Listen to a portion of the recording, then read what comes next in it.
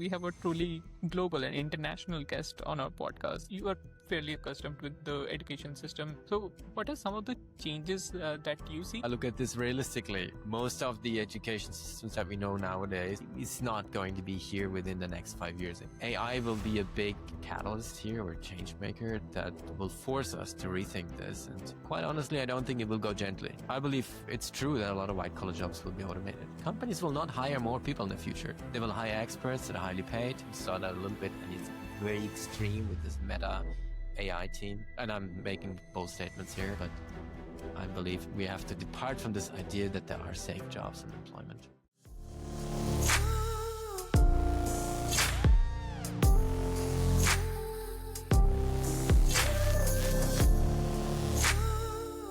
Yeah, welcome to the podcast, everyone.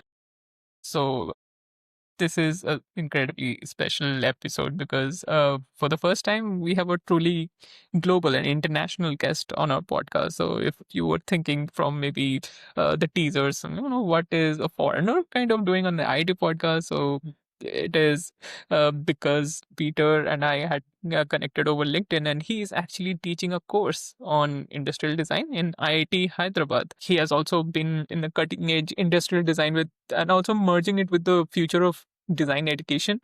He is a global design leader, futurist, award-winning creative also, and has shipped products in Steelcase, in Peloton, in Philips, MNCs, startups, everywhere. Apart from all of that, he's also a very passionate educator, teacher, and that is why Peter is on this podcast. He'll explain a bit of designs, bit of basics, how engineering can be merged with design to make great products. What is the future of engineering and design together? And his experience with the IIT system and IIT in India, the education system as well. So, yeah, welcoming to the show, Peter. Thank you for joining us. Thank you for having me. I think I start best, especially for young people, I start best maybe how my career unfolded so far. I think I'm born in Germany and studied design in Germany, but even though I'm born there and studied and graduated, I actually never really worked in Germany. So I was fortunate to be able to move to Hong Kong straight away and start working for Philips Design, which I think also shows that when I look back as a designer, you can live like a fairly global career, right? If that's your aim, it's a profession that lets you go global very, very easily, I would think, if you're good enough. And so I've moved to Hong Kong, worked there for 10 years, two industries, worked in consumer electronics, but then also later transitioned into furniture. Very different scale of product, right? Different organization, different complexity of organization. While Philips was, of course, much bigger. Steelcase, that the one I changed to, was a smaller company, but it was fairly global, or very global actually, for its scale. So you're having a lot more direct impact. And from there, I moved the 1 year to Singapore. I worked for a tech startup. So very different sort of domain, but not unwanted. It was in music instruments or music production, I think. I helped to build their hardware vertical. And I think within 1 year, we designed, 7 or 8 products and even shipped them like hardware products. So it was pretty intense. And then eventually I left Asia a little bit with a heavy heart. I think once you're in Asia, you always leave it with a heavy heart. And I moved to New York, got to lead parts of the design team for Peloton, and then later the entire team. Of course, Peloton, the people who know it, this was a wild ride in itself, right? COVID stock darling, and it's sort of you're going to be part of. Or I was part of an organization that was just rapidly scaling, but I think also had just too much money and tried to hire 4,000 people on Zoom, which that doesn't really work, right? So it was interesting for me because coming from Steelcase, you sort of had known how work works under the hood, right? That's how we always joke. So whatever organization you join afterwards, you're sort of like, you look at the space and you're like, I know what works and what doesn't work. And we had done a lot of research at Steelcase about culture and the importance of space, of course, and the importance of physical permanence in a space, right? Going to an office, and all that was taken away. So for me, it was just working in a giant petri dish and sort of reliving all that research in real time now. Where, of course, if you hire people mainly digital and people just don't meet, then this has a certain effect on the culture, right? So But nevertheless, from there, I moved on to San Francisco and worked then in medical or surgical robotics for Intuitive Surgical. And again, that was very different type of product. Surprisingly, not a very different type of company. I think it was an engineering company, right? It felt a little bit like Steelcase. I always was joking. It's a Midwest company in Silicon Valley. Um, Incredible technology, incredible complexity that you have to work. Healthcare domain, which I think in itself is fascinating. Yeah, I would, especially on the cutting edge. But I think as sort of healthcare gets a chance to reinvent itself with AI and whatnot, I think healthcare is just a fascinating thing for designers to really have an impact. And yeah, I think throughout my career, when I look back so far, I was always operating more as an intrapreneur, right? I was always trying to get things started, and you just learn all these different skills as you shift from industry to industry, from company to company. Some shifts are bigger, some shifts are smaller. Particularly when you shift into leadership, I think that's where you sort of make a bigger leap, and you have to maybe reinvent yourself. And that happened. Then you enter leadership, then COVID enters your life, right? You're part of an executive team, so you have to figure this out. It was like it was quite a wild journey, but it was always very enjoyable. And you just start to figure out at some point, who are you as a leader? How do you operate, right? I mentioned the word entrepreneur, so I found myself, I was good in starting initiatives and navigating silos, and I think working with this sort of matrix complexity that big corporations have, right? Especially when they scale globally and you work with different cultures. So yeah, so far it was quite a ride. It was quite nice. And since 2 months, I'm actually back based in Asia, out of Thailand for now. So full circle, full circle. Okay, yeah, great. So you already listed out your journey, which is very intriguing. So you had grown up in Germany, Europe, and kind of moved about in Asia and Hong Kong and other places, then back to US and then back here in Asia. So how has the journey been, and how do you see your career in design? Changing over the different spaces and the culture, of course. Yeah, I think it's the great question. If you break it down, I gave a little bit away in my intro already, but I think you get to notice. I mean, if you're a bit of an observational nerd like me for humans and behavior, right? I think you get to break down or get obviously fascinated by how different cultures work, but also how they innovate, how they deal with ambiguity, right? How companies and organizations are run across these cultural spaces, right? Asia, Southeast Asia, maybe if you want to differentiate within there, or even India, and then US and Europe. And even I worked for, especially the first part, I worked for global corporations, right? How do global corporations differ in sort of their home country, let's say Steelcase, and then Asia, right? Which is sort of, it's not it's not a different company ideally, right? But it has the nuances of the regional dynamics, and I found that very interesting. I love that. I love that sort of global exposure and exposure to cultures. And I think I became a nerd about, okay, how do we innovate? How do we deal with ambiguity, right? How do you navigate big ideas that are very fragile across large groups of people, mainly disagreeing with you? Now you get buy-in. And so I think driving this or experiencing this, of course, first as a hands-on designer, but later in leadership, we have a bit more impact on this. I think that always fascinated me, and also I think kept me working for corporate environments, because I just enjoyed this sort of deep end jump in the deep end where all the people are and trying to figure it out. As you have grown over your career, starting as a entry level designer maybe, and then growing into leadership, how has your thought process kind of changed? Has it become more holistic, or do you think like a designer, entry level designer, sometimes as well? Yeah, I think as designers, we're in general pretty holistic thinkers. Ideally, we come with that tendency, even though we haven't really fully formed it, right? We join a design school with that sort of ability, but design in general, or the training of a designer, you're supposed to, you become a holistic thinker. But to your point, right? I think it's you're always a holistic thinker. Ideally, that's ideally is a thing that you have.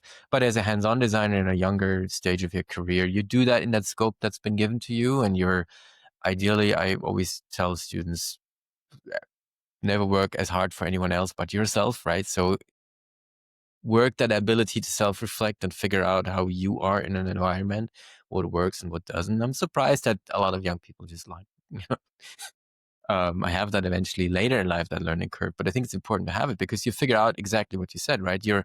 You realize, whoa, I my impact is not just what I'm going to do on my desks, is also what's crossing my desk. And you find yourself early in that game of designing relationships. Oh, engineer A, please talk to engineer B because I'm noticing something because I work with both of you, right? So that happened to me as a very young designer. I think working at Philips, designing headphones and speakers.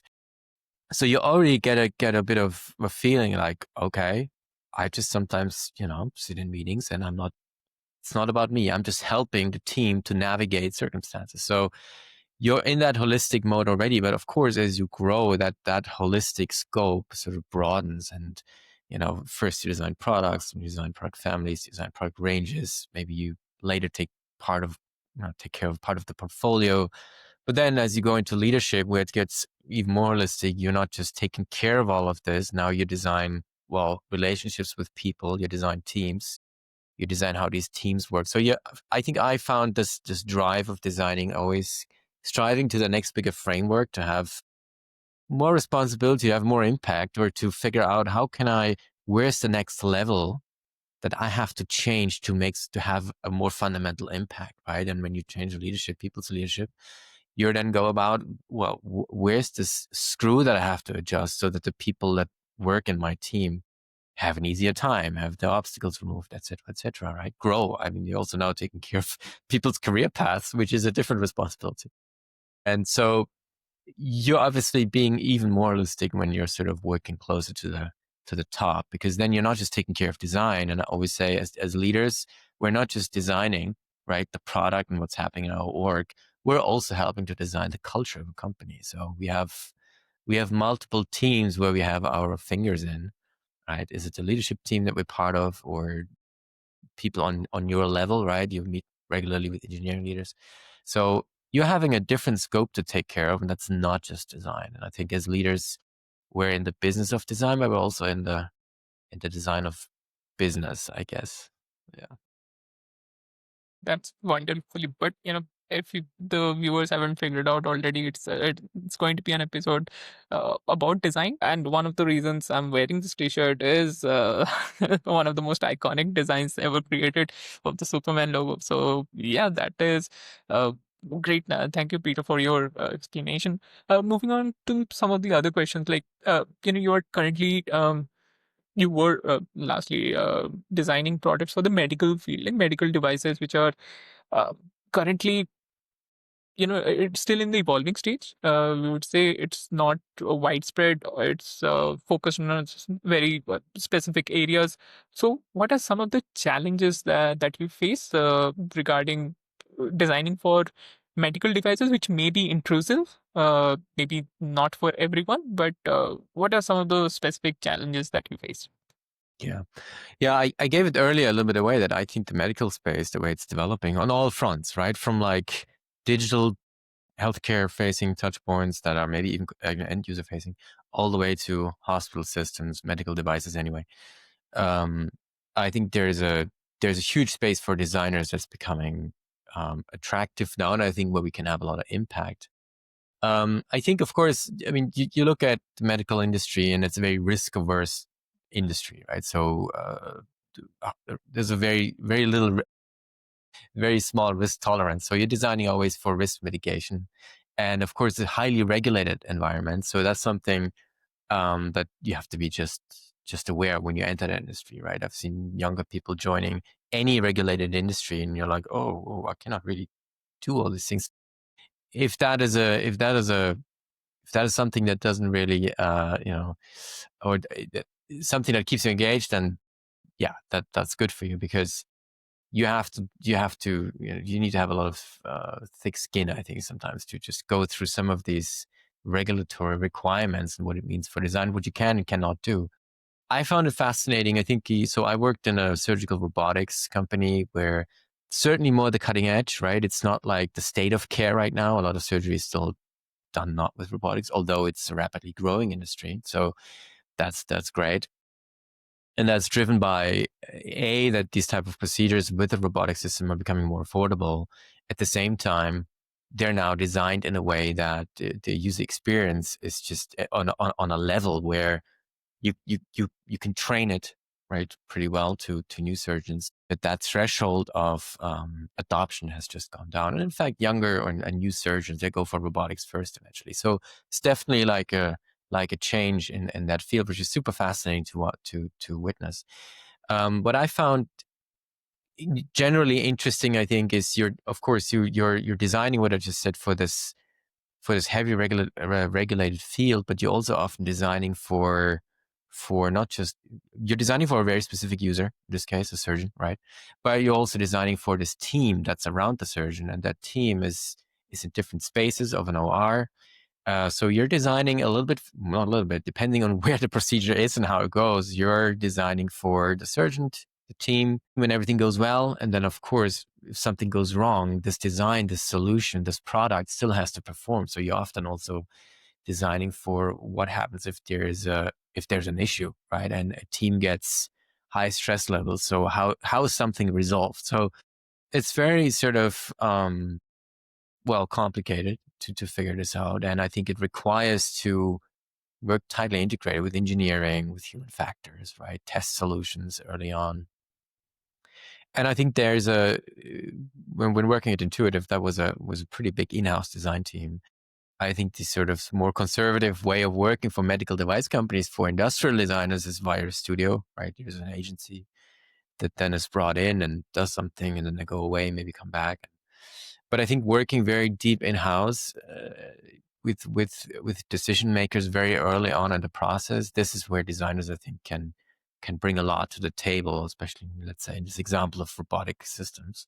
You're talking architecture, you're making these very early on prototypes and help decision makers to make decisions, right? Before this is a design project in that sense. But I think that's where I see the kind of true power of like in-house design teams. Once you're able to work strategically and you have positioned yourself, your team as such, I think you're able to go far further than just designing for the actual use case. And then I think to my statement earlier, I think anywhere in the healthcare ecosystem, right?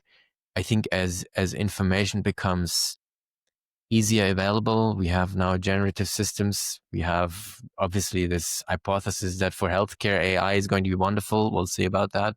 But I think a lot of things obviously can change. And if you look at the US, the healthcare system like the US, I think there's a chance to drive cost out of the system with optimization.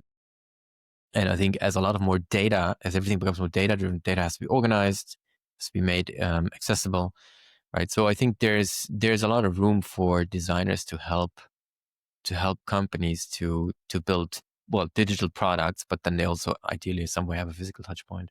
And navigating this, I think it's quite a, I think, fascinating field. And once you have been in OR and you see how one of these robots works, or you just witness a care team, doing a surgery with or without robot, I think it's quite impressive and quite sort of eye-opening of like what ecosystems are at place and how do they work. Wonderful. And you brought up the topic of AI. So, yeah, it's been quite the hype, not just outside India, but in India specifically, a lot of hype around AI. It's mostly used as a tool now. Let's say, reframe the email or just to see if my code works, something like that. But you mentioned, AI in the field of design, in medical fields, how it can organize the industry better and also help designers design better.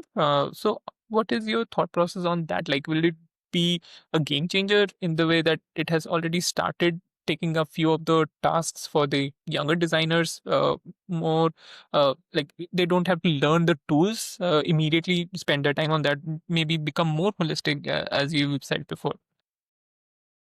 Yeah, yes and no. I think there's a lot to unpack. So I think that what I recommend my students all the time when I give talks or like, ask me anything, I mean, it doesn't take long to get to AI, and I always notice there's a lot of asking the questions driven by fear, concerns, and more unsettling than settling natures of the questions. And I always, I first I advise figure out what's relevant because there's a lot of noise, right? You can follow news only on AI and you will get every 24 hours something new.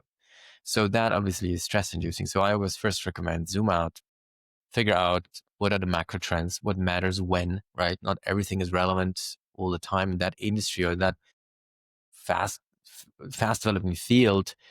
Something that existed 3 weeks ago may not be relevant anymore, right? So because it's just so fast. So just to get a peace of mind and to just be able to think this through, I always advise zoom out.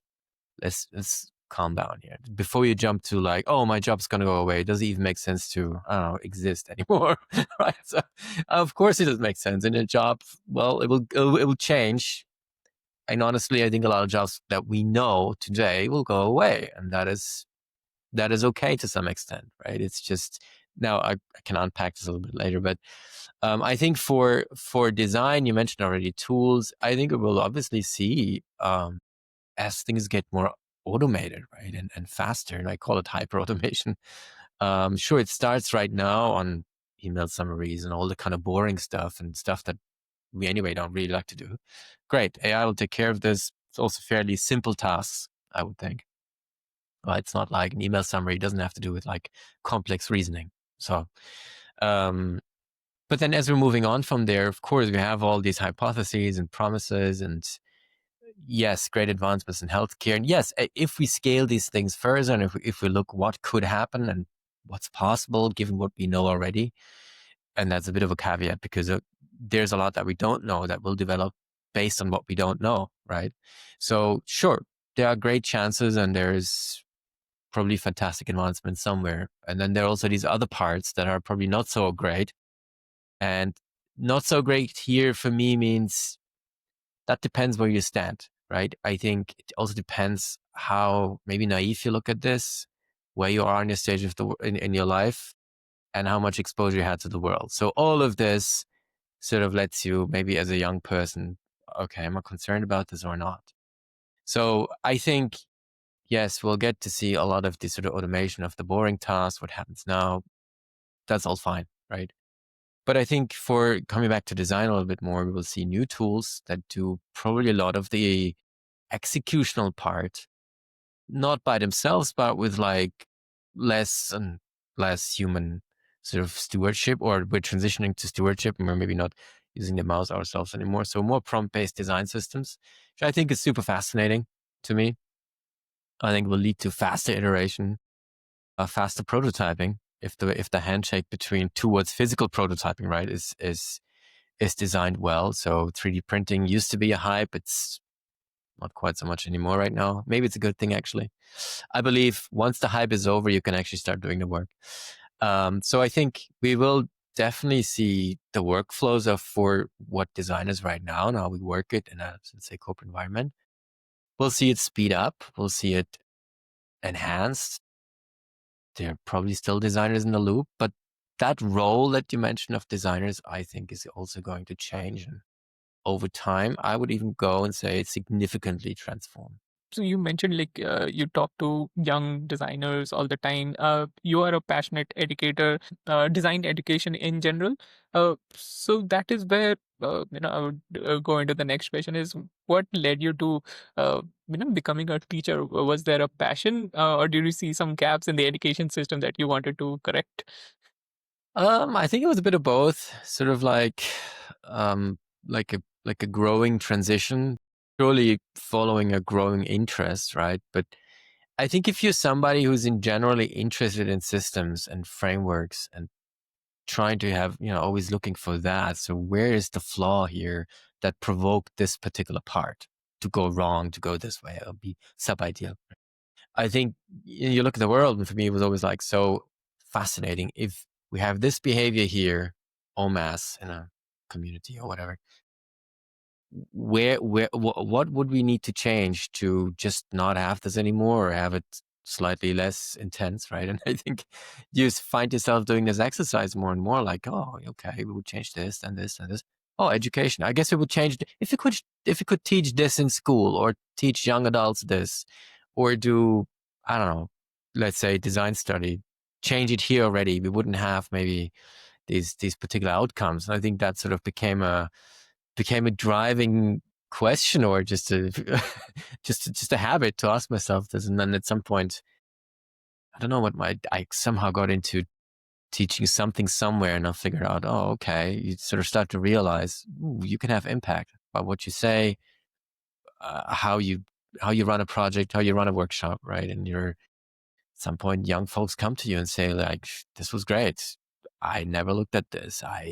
So you get the feedback, and eventually I'm like, okay, how can I scale this? How can I have a little bit more impact? And so far that's been great fun. And then there's this other part, I think you get into this, and every time you see a young person, right? So I'll give you an example from working somewhere. You hire a lot of people, right? And you're obviously trying to assess talent, and you meet these insanely great graduates, and you know already, like, oh, there's a high likelihood I will work for you at some day, right? Because you're going to build something that's just, you have the ability to build something that's just much greater than what you're applying here for. And I think that became this sort of being fascinated with just human potential. Obviously also sort of a little bit saddened when human potential was just unaddressed or unaccessed or not leveraged. And I think, yeah, that becomes your sort of like, okay, where could I go? Where could I drive change in order to set as many as I can young folks onto a path of, like, go figure out what you're born to do, sort of this type of conversation. And I think, does it lead you to education? Sure. For me, it was more like cementing it, that this is actually something I'm going to stick with it for a while. Yeah, it's wonderful. It kind of aligns with the motivation of this podcast as well. We are trying to get young people more motivated into different aspects of or different careers that they can strive towards as well. Uh, in India specifically, I would say we have been taught that there are only two fields. One is engineering, and one is medical, or be a doctor, be an engineer, or a doctor. That Lawyer, there be a are lawyer. yeah, lawyers have come next. So in school, we never heard any other careers that were even possible. So you try for a doctor if you are extremely smart. No, then engineer, and that is where I think the culture also comes into a bit of play, because those are the two most stable, I would say, careers that have been going on for the last 20, 30 years. So our parents obviously now push us towards that. But then there are the advent of new careers as well. So in design is very interesting. So I would like to ask you as well, like, what led you to teaching industrial designs, and that too uh, at a university like IIT Hyderabad. How did you come to pick that up? And if you could give us a little history on that. Yeah, the before we go to the IIT part, I think I started doing it actually in Hong Kong, more as a tutor and once in a while. But in parallel, what also started to happen, that I became more and more like a mentor for people that sort of reached out, and eventually, you had like engagements over a few weeks, help transition people into new jobs, getting out of nasty jobs, right? Just, and you realize also this goes beyond teaching design. I think we should focus more in university, and when we can go into it. And I think AI is a big part of that, or is the why. But you realize that once you educate, you're in this field of education, right? Skills and fashion and kind of what you just mentioned, right? It's just only one part. A lot of the value of going to a high school, university, college, whatever, is to be with other people and to figure all out that stuff, that soft tissue stuff that's between people, how to navigate people, how to read people, how to negotiate, how to show up, right? Because that matters on the job later, and that will matter even more in the future where, well, skills are now mainly automated, right? Let's be blunt. Industrial design or design was my way into education, but again, as I've just said, it just broadened from there. The IIT connection, I think it came through an old work connection. So last year we started doing this in a remote fashion at the IIT in Hyderabad, and it was a furniture module that I sort of had developed, and I pitched it and I said, here, I think working this module, I think you're going to address a few things, right? So every project you run in a student environment, you have your project and it's this, but I think as an educator, you always have to make sure design the project in a way that it addresses certain parts that you want to eventually shape. And here it was abstraction, form, proportions, but also I give these like constraints of like function is not an excuse, right? So don't let it look like the way it looks like and tell me, oh, it has to look like because it works like this. It has to work like this. And I also don't want to see hardware. So basically plugging all the holes, it could be easy escapes, right? And because I think as designers, this is where it gets interesting. We're trying not to be yes men to engineers, and we're trying to convince others why something else is of higher value in that regard. So I'm simplifying this greatly here. And so I did this for the IIT last year, and we did it remotely. I was in California. They were in Hyderabad. So it was always my, I don't know, 5:30 a.m. And, remote isn't ideal, but it was not unsuccessful, right? It's like we got something out of it, and it was sort of like a prototype. And then this year in October, we're doing it in person. And I think there is also this tension of like where we are post COVID. A lot of, sure, we sort of got forced into moving on Zoom, learning, kids of all ages, right? Young adults. And then I meet people that are like, yeah, we could just do it on Zoom. Like, no.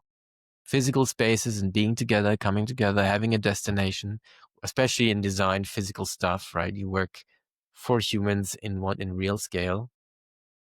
So this year we're going to do it in person and in Hyderabad.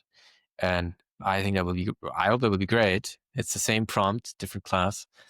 And yeah, I think it's a basic, or does address foundations, but I think you need to set foundations right in order to scale properly. Yeah, and as students or viewers who might be listening to this podcast right now, so Adam's voice is quite soothing, and it's the way he articulates his thoughts is like both are great values for a teacher to have, and I'm sure students will be enjoying.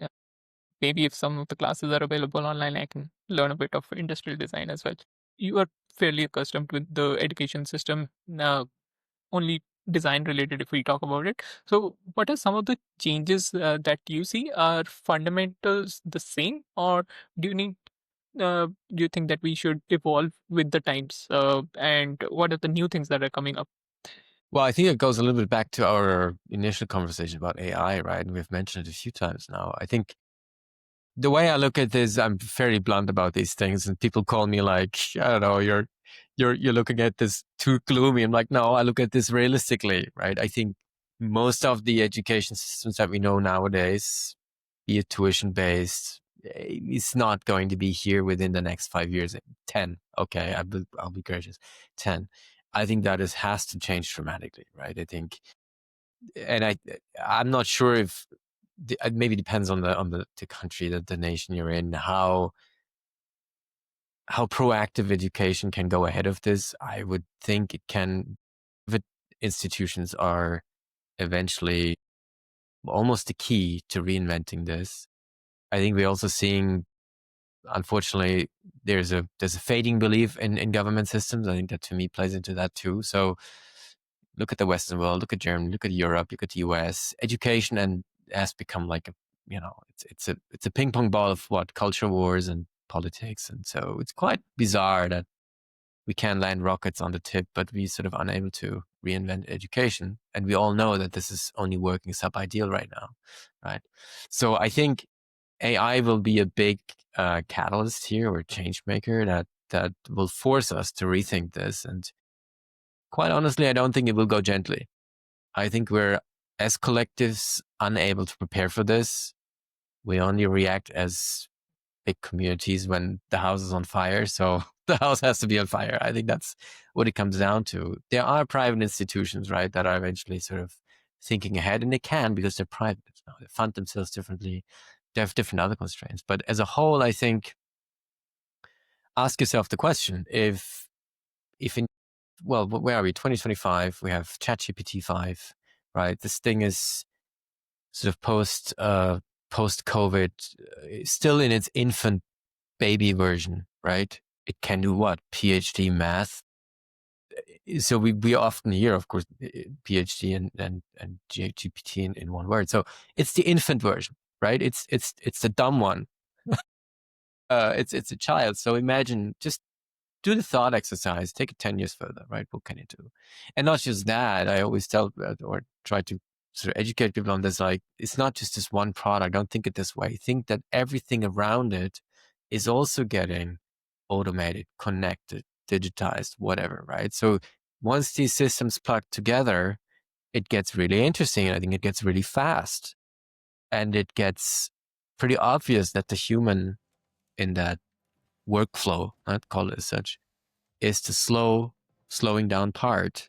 So I think that's kind of the way to look at this. And then I believe it's true that a lot of white collar jobs will be automated, and that's okay. The lawyer that you mentioned, right? The finance person. This in the next 5 years, 10 years, these jobs are changing. People becoming more stewards. But then, as the world around them changes and systems like neighboring systems also becoming equally intelligent, or autonomous, I think then you have the next wave of like, okay, the stewards are no longer needed, and we're moving into a world where these systems talk to each other, and eventually the human is, it's just a faint of human, maybe just observing it and or making the last call. But even that, I think, is going to go away. Now, is it going to address everything all at once?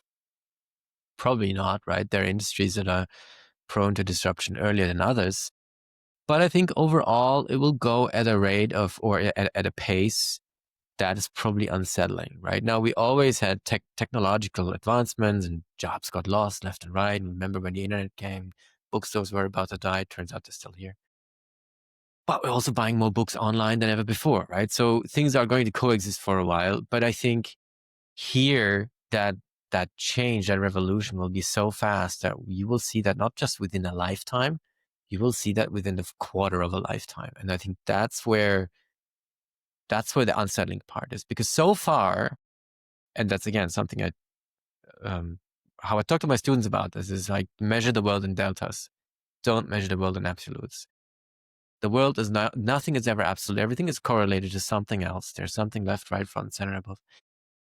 How's this impacting what you're observing, right? So measure the delta. If you say, coming back to our example here, so far with the technological progression we had, and it was an accelerating one as well, like the microchip, or the invention of the microchip and scaling that technology accelerated large parts of our life. So if you want to measure the rate that we are unable to sort of catch up to this, that delta, that's what I would take. So far we're able to, more or less successful, eventually retrain people. People retire, and okay, it went at a pace that had certainly its trajectory, and it was clear that this is probably going like this. But now I think we're seeing this sort of afterburner effect where we will be unable to simply retool social systems. We're unable to retrain people, find alternative jobs, because I think a lot of these alternative jobs also going to, undergo the AI revolution. And I think that's that delta that I see as sort of critical and potentially, well, call it dangerous, but for sure destabilizing, right? When within 5 years, I don't know, 500,000 people lose their job. What are you going to do? There is no political environment that I've witnessed that agrees on something like, well, now we need a universal basic income, otherwise people go crazy, right? So if you take all that in account, and that's sort of the altitude and delta that I'm always advising to sort of measure this, you get a bit of a feel of where we're heading with this and maybe what to prepare for. So to your question, what are we going to teach in the future? I think we will not teach skills anymore the way we do it. Not in design, not in anything.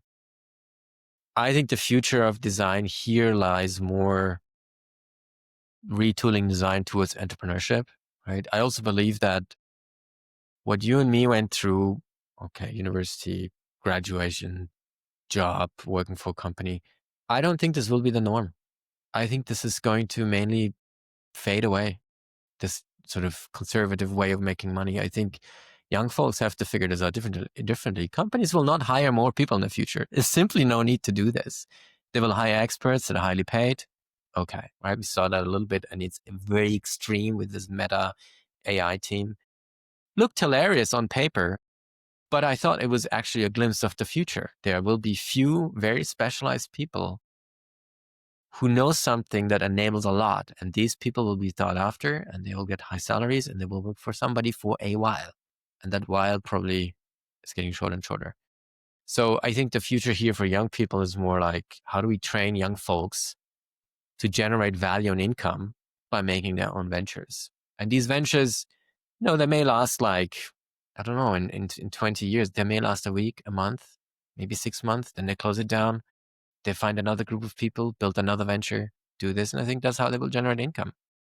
But this notion of like, what type of company you're going to work for in 15 years, I don't think this has much relevance going forward. And I'm making bold statements here and has its tolerances left and right. But I believe in the core that we have to depart from this idea that there are safe jobs and employment.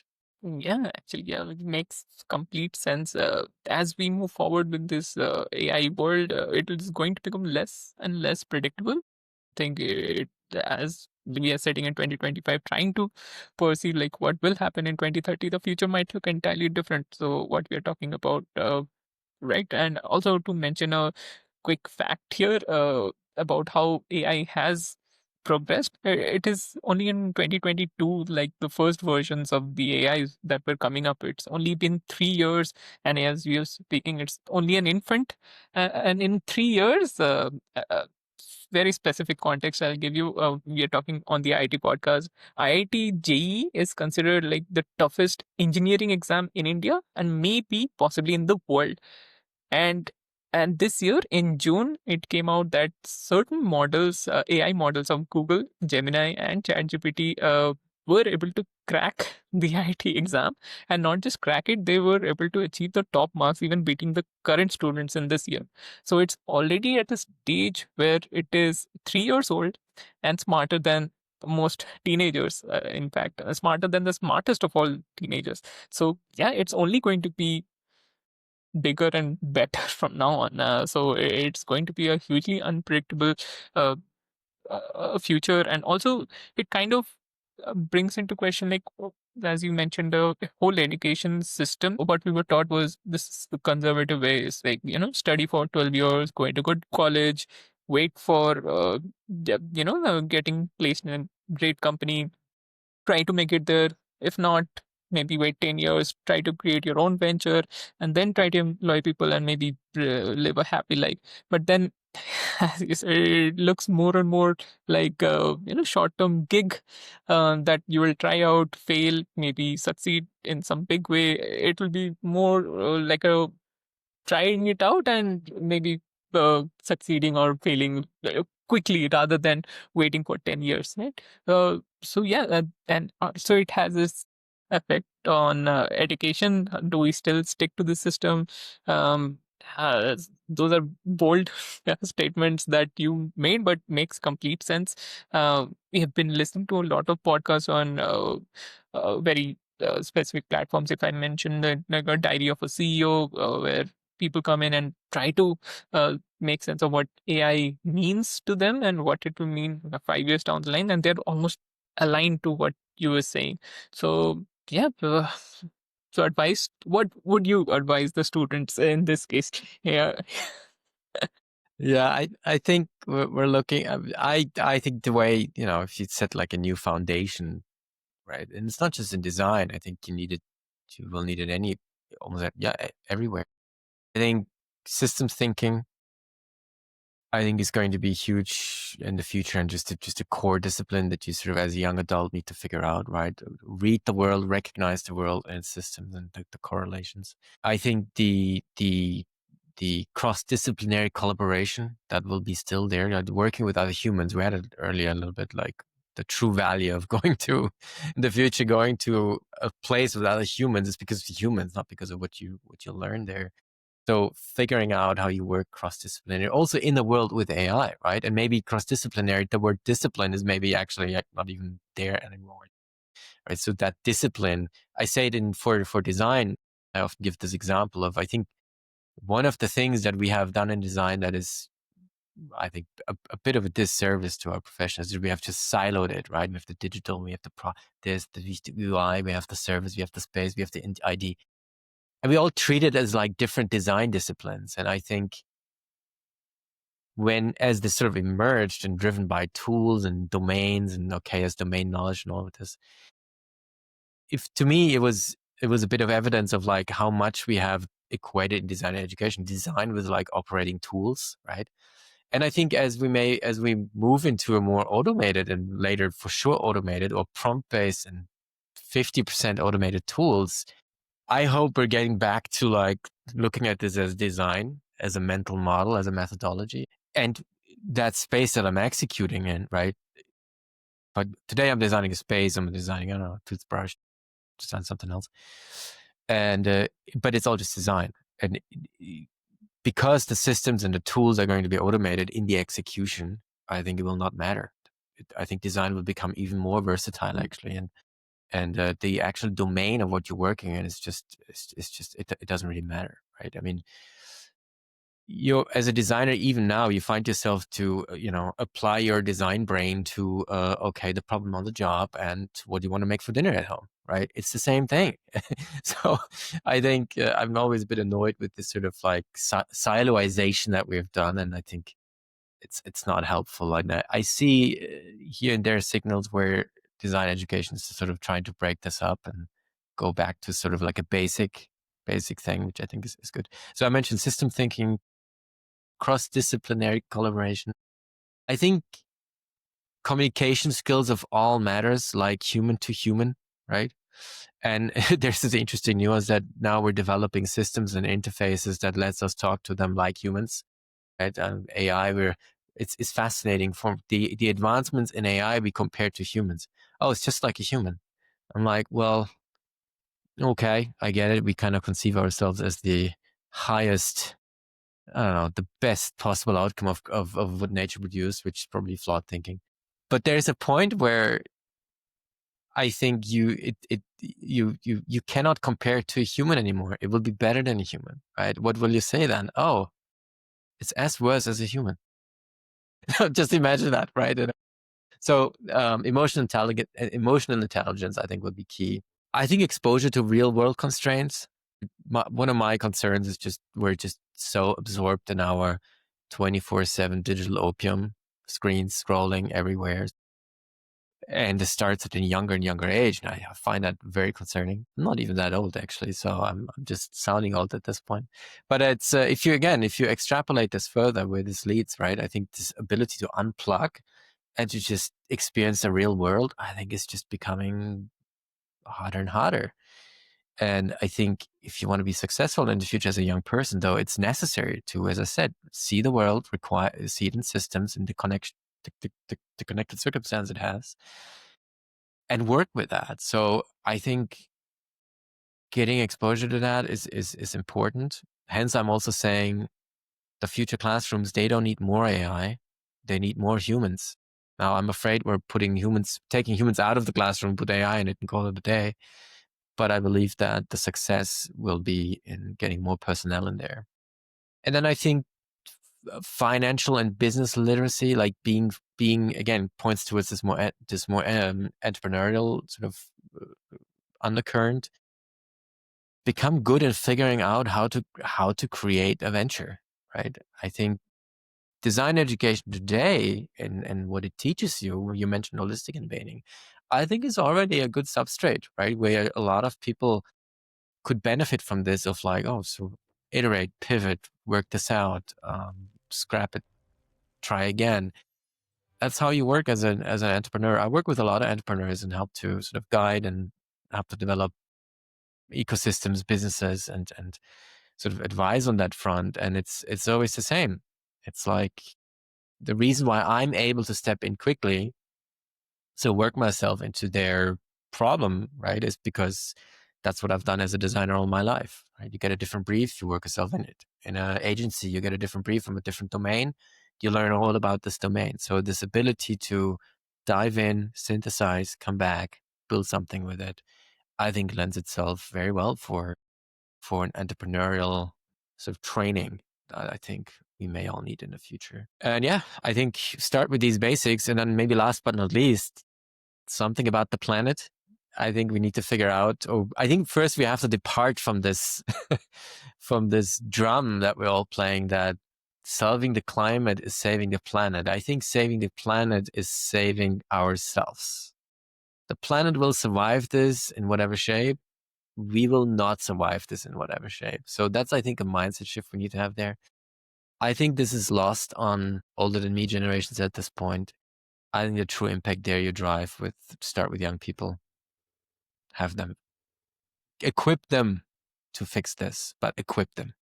It's not, this is something we haven't done. Okay, so yeah, that bringing it back to a more positive side to the conversation.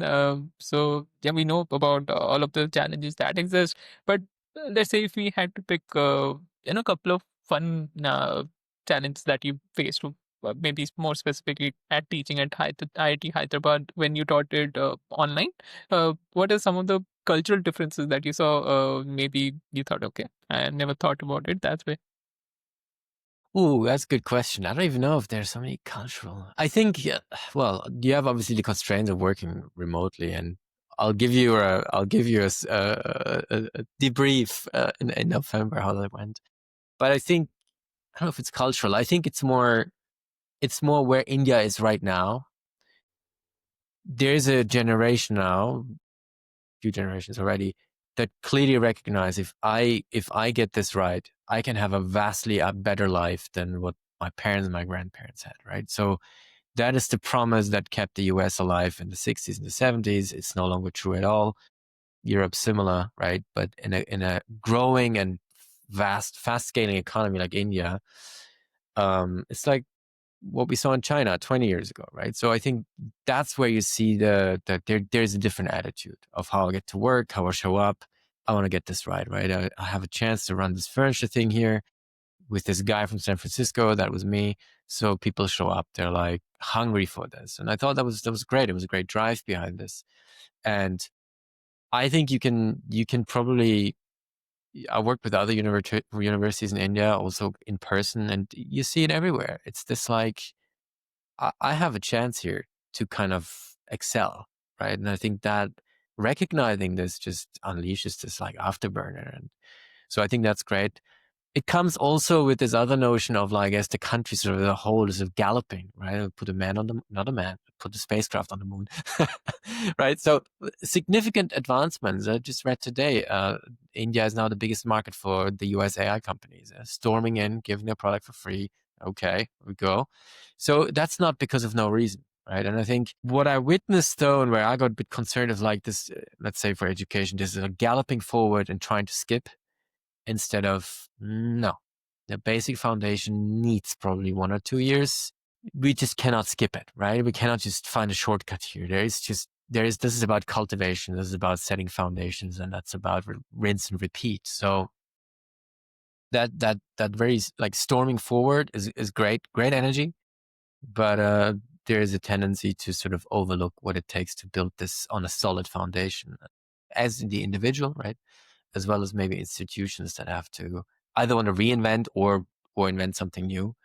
I think that's for me like a critical part. Makes complete sense.